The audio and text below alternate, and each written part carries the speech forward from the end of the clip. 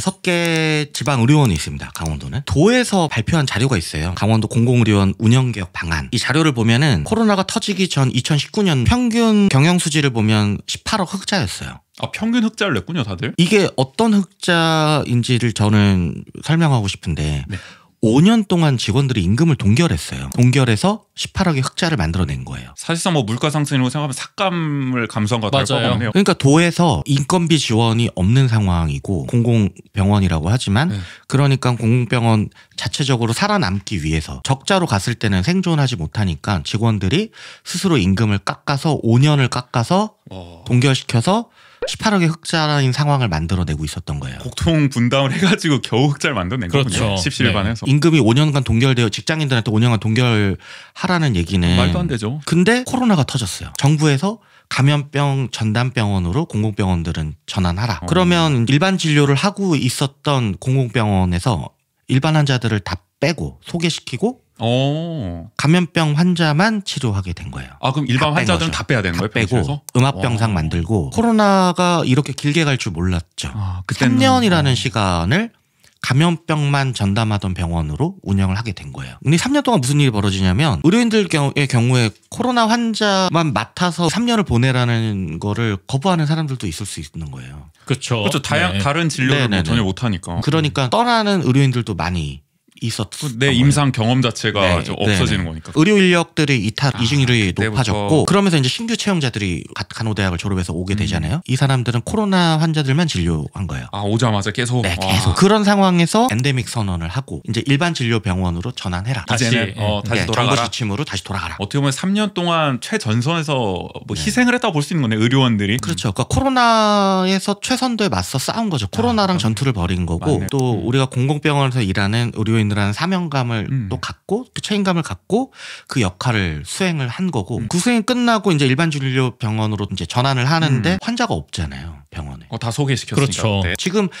엔데믹 한 지 한 1년 가까이 됐지만 병상 가동률이 반도 못 채우고 있습니다. 그래요? 지금 지방 의료원들이? 네, 지금 평균적으로 40%대?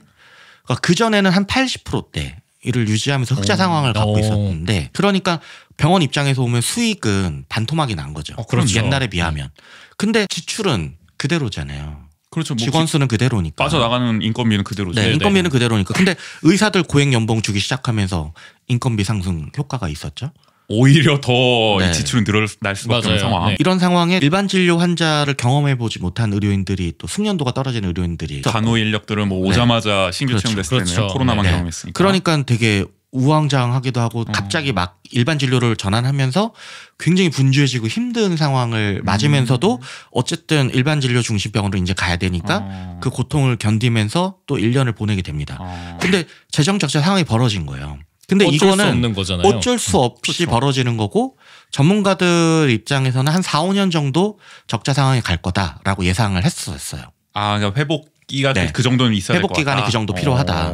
그랬는데 당연히 이거는 정부가 감염병 전담병원을 시켰기 때문에 이 회복기도 당연한 건데 정부에서 예산을 빵으로 잡았습니다. 회복기 지원 예산. 예산이 없어요? 지원 예산이? 네. 알아서 해라. 국회에서 정부에서 회복기 지원 예산을 0으로 잡고 도에서는 너네들이 경영을 잘 못한 거니까 적자를 알아서 해결해라. 아니.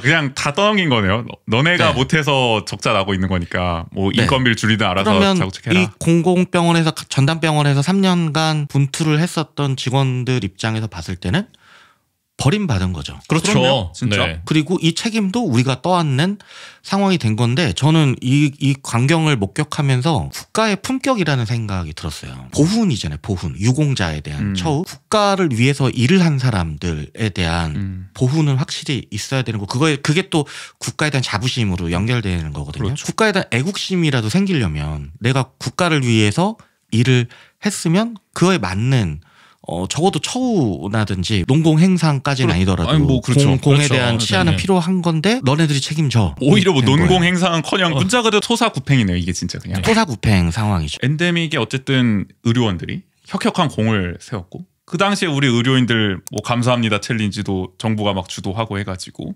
엄청나게 막 칭송을 했잖아요. 의료인들 덕분에 특히 공공의료원들 덕분에 이렇게 코로나도 이겨낼 수 있고 합니다. 그렇게 선전할 건 다 해놓고서 막상 이렇게 엔데믹이 되고 이제 일상으로 돌아갈 때 되니까 그냥 진짜 버리는 상황. 이게 정말 기시감이 느껴져요. 그러니까 뭐 예를 들면 임진왜란이 끝나고 많은 인민들이 양반 자격증을 사는데 혈안이 돼요. 군대를 가지 않으려고. 공명첩이라고 하는 건데 이름이 비어있는 양반 자격증 그거를 막 위조하기도 하고 뭐 어떻게 해서든 그거를 살려고 합니다. 왜? 임진왜란 때 국가를 위해서 싸웠는데 그 이유를 못 찾은 거예요. 그 이후에. 국가를 위해서 뭔가 헌신을 하고 일을 했으면 그거에 걸맞는 대우가 있어야 하는데 그렇지 못했던 거예요. 오히려 국민들을 더 옥죄는데 정부가 혈안이 되다 보니까 국민들 입장에서는 그러면 나 군대 이제 안 갈 거야. 내 자식은 군대 못 보내.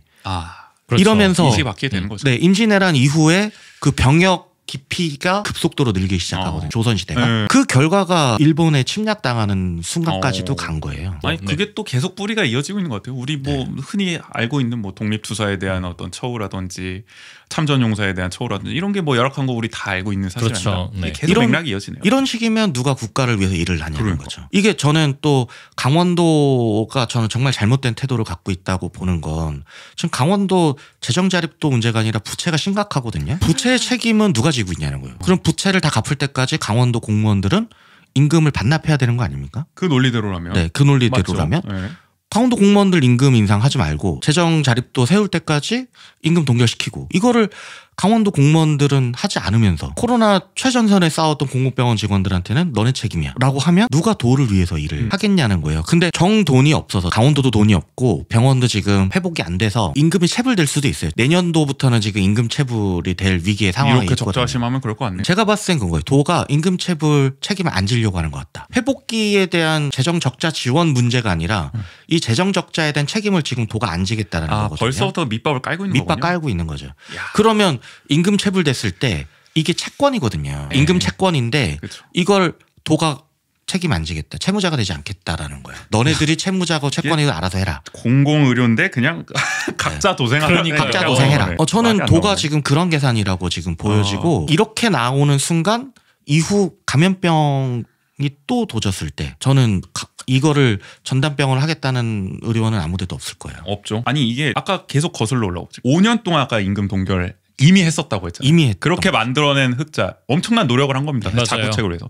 그렇게 노력을 해서 코로나가 돼가지고 거기서도 굉장한 희생을 했는데 나중에 돌아오는 답은 너희들이 경영을 잘못해서 적자가 커졌다. 이거를 누가 이해할 수 있겠냐. 이 말씀 계속 하고 계신 거죠. 지금 의료원 직원들은 밤잠을 못 자고 있어요. 이 상황 너무 억울한 상황이고. 그렇죠. 사기가 떨어질 수밖에 없는 상황이고. 그러니까 이탈할 수밖에 없는 거죠. 떠나는 이유의 근본적 원인은 여기에 정말 있다라는 생각이 드네요. 뭐 내가 아무리 열심히 해서 사명감 갖고 해도 인정도 안 해주고 오히려 책임만 돌리는 상황인데. 저는 이 사회가 조금 더 성숙한 사회라면 감염병 이런 시기에 공공의료가 어떤 역할을 해왔는지에 대한 고민을 좀 더 서로 나누고 그리고 그 이후에 공공의료가 어떻게 성장하고 또 사회적으로 역할을 해야 될지에 대한 고민을 더 나눠야 되는 시기라고 지금 보거든요. 왜냐하면 감염병 시기에 공공의료가 톡톡한 역할을 했어요. 그렇죠. 중요한 역할을 했고 네. 이게 사회 공공성이 얼마나 중요한지를 확인한 순간이었거든요. 그렇죠. 그러면 이거에 대한 의미가 무엇인지 그 이후에 우리는 어떻게 이 의료 공공성에 대한 논의를 더 진척시켜 나갈 것인지에 대한 고민이 필요한 상황이라는 거죠. 그거는 시민사회들도 필요하지만 정부 관계자들이나 공무원들 이런 정책을 입안하는 사람들한테 정말 중요한 건데 본인들 책임을 지지 않겠다고 이거를 버리는 거는 국가의 근간을 흔드는 일인 거거든요. 언제입니까? 2013년쯤입니까? 진주의료원 폐쇄 사태 때도 네. 계속 그런 논리로 접근했잖아요. 이게 공공의료 관점으로 접근하는 게 아니라 계속 시장 논리로 접근을 하다가 결국 진주의료원도 뭐 폐쇄되고 근데 결국에는 코로나가 터지니까 공공의료가 이게 정말 필요한 거였구나의 어떤 가치가 입증이 된 거잖아요. 그때 진주 시민들이 여기 진주의료원이 남아 있었으면 그러니까. 네, 그 진주의 코로나 환자들을 진주에서 받질 못해서 다 다른 지역으로 이전시키고 그랬었거든요. 그 정작 그 장본인은 지금 대구로 튀었고 하여간 저는 이게 황당한 거예요. 코로나라는 정말 전 세계적인 그런 대격변을 겪고도 우리가 반성이 없다 이게 정말. 그러니까 뭐 느낀 점이 없냐 이렇게. 뭔가 엔데믹이 되면 모든 게 없었던 일인 것처럼 생각을 한다라는 그래 게. 이제 넘겼다 위기. 이렇게 넘길 수는 있어요.